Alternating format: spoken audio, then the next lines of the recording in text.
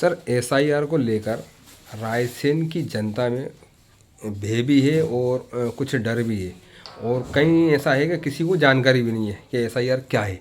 तो उसके बारे में थोड़ी सी जानकारी दीजिए। इसमें किसी को भी परेशान होने की बिल्कुल ज़रूरत नहीं है। ये आयोग हर 8 साल के बाद में एक स्पेशल इंटेंसिव रिवीजन की कार्रवाई करता है। सामरी रिवीजन तो हमारा लगभग हर साल ही होता है, और समरी रिवीजन में सामान्य तौर पर ये होता था कि जो मतदाता होते थे उनके वहीं पर दावे आपत्ति फॉर्म ले लिए जाते थे, और एसआईआर मतलब स्पेशल इंटेंसिव रिवीजन में उनके घर घर जाके और इन्यूमरेशन फॉर्म भरवाया जाता है। इसमें लोगों को ये लगता है कि सर हम लोगों से कोई डॉक्यूमेंट वगैरह लिए जाएंगे, तो इसमें भी भ्रम में रहने की बिल्कुल आवश्यकता नहीं है। अभी इसमें मैपिंग का एक काम होता है। मैपिंग में प्रत्येक मतदाता को 2003 के मतदाता सूची के साथ मैप कर लिया जाता है। और मैप करने और उनके जो परिवार या परिजन थे, जिनके कोई ना कोई माता पिता होंगे, पुत्र पुत्री होंगे, पोते पोती होंगे, इनको भी लिंक कर लिया जाता है। अगर ये सब चीज़ों को लिंक किया जाए तो वस्तुतः सामान्य तौर पर ही 95% 98% तक मतदाता सूची जो है वो लिंक हो जाती है। तो ऐसी स्थिति में जब आपकी सूची मैप हो जाती है तो आपको किसी और व्यक्ति से दस्तावेजों की जरूरत पड़नी ही नहीं पड़ेगी।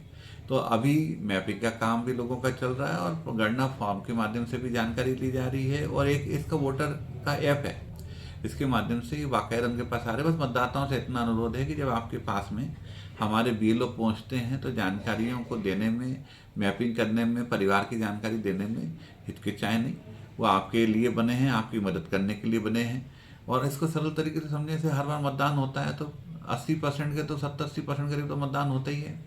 तो 70 से 80% तो मतलब हमारे मतदाता सामान्य तौर पर ही जनरली उसमें पहले से ही हैं, और 10-20% ऐसे लोग हैं जो मतदान केंद्र पर पहुंचते नहीं हैं। कई बार प्रचार प्रसार की कमी है, जो कुछ भी काट रहे हैं, तो इससे मतदाता सूची हमारी बिल्कुल अपडेटेड हो जाएंगी, अपग्रेडेड हो जाएंगी, बल्कि मतदान का प्रतिशत भी काफ़ी बढ़ेगा। तो इसमें बिल्कुल चिंतित होने की आवश्यकता नहीं है। लोग फ्री होके, लोग जो आ रहे हैं, उनके जो बीएलओ पहुंच रहे हैं उनके पास में, उनको सहयोग करें। और अभी तो ये जो एक पीरियड जो हमारा है, 4 नवंबर से लेकर 4 दिसंबर के बीच वाला, इसमें तो कोई दस्तावेज की बिल्कुल भी कोई ज़रूरत नहीं है। तो उनके बीच में आके पूरी जानकारी और मैप करने का काम है। हो सकता है कि इतना मैपिंग हो जाए हमारे कि हमें ज़रूरत ही नहीं पड़ेगी।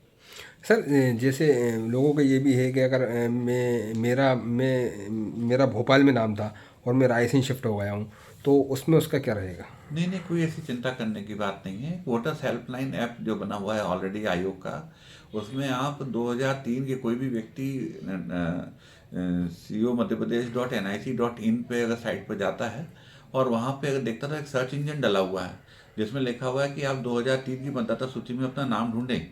तो 2003 की मतदाता सूची में जब नाम ढूंढने जाते हैं तो आप चाहें तो उसको उसके इपिक नंबर से भी सर्च कर सकते हैं, और चाहें तो उसको व्यक्ति अपने नाम से भी सर्च कर सकता है। तो 2003 की मतदाता सूची में नाम, पिता के नाम से सर्च करने पर वो अपने आप ही मालूम पड़ जाएगा भाई उनका भाग संख्या क्या था, मतदान केंद्र क्रमांक, उसका वो सरल क्रमांक क्या है, मकान नंबर क्या है। ये जानकारियाँ डालें तो सीधे वो उसके खाते में ही पहुँच जाएगा। कोई कोई कोई ऐसी चिंता की बात नहीं।